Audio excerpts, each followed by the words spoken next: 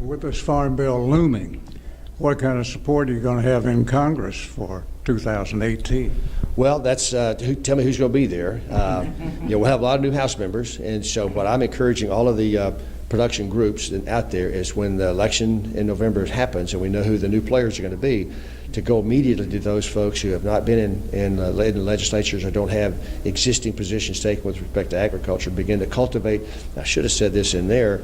Begin to cultivate those relationships one-on-one, meet them back home, and because they're still at a point where they've not taken a position, and get your thoughts in on the playing field, so to speak, before they make a decision one way or the other. And so we'll have a lot of colleagues, whether it's sugar, cotton, peanuts, sorghum, corn. All those folks have a vested interest in having the new members of Congress is well informed about what it does, what it doesn't do, why it's important.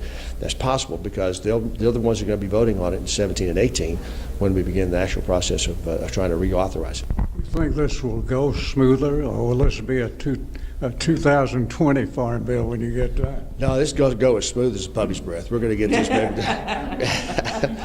I don't have any idea. I don't know that, part of the backdrop, as I said out there, the backdrop in the farm economy is going to be dramatically different in 18 than it was in 14. Things were going well, people were making money, the farm economy was good. That's not the case in 18. And so the need for it, and we'll have 2 more years of this misery, because I don't think commodity prices is going to be a lot better in 18 than they are right now. And so we'll see that stresses and strains across the production of agriculture and the ripple effect that has on rural America and that kind of thing. So I think we'll have I hate to say this, but a better story as to why we need it in 18 than we may have had in 14 itself. And so part of it's got to be, we've just got to do a good job of selling what's needed, why it's important.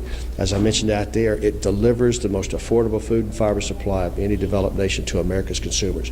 When that mom goes to the grocery store and she's got a limited budget, she's getting the best deal she can get anywhere in the world on the safest and most abundant array of food that's possible. And at its core, that's American production agriculture delivering the goods. And so we've got a great story to tell. We just simply have to tell it over and over and over and over till you're so sick of it you don't think you can do it one more time, but you got to tell it at least 2 more times, and then you might break through just a little bit. So I'm trying to deputize everybody I can because production ag has a great story. Now, they don't brag on themselves real well. That's just not who they are. But they got to start doing that in order to help the broad issue to continue to deliver. So we're looking at 18 and the changes that might or might not be there. As I said, I'm going to be driven by what impact does it have on the cost of food for that folks in the bottom third, bottom 20% of the economic food chain, because that's where the real strain would go if we arbitrarily, capriciously raise price of food just because we can.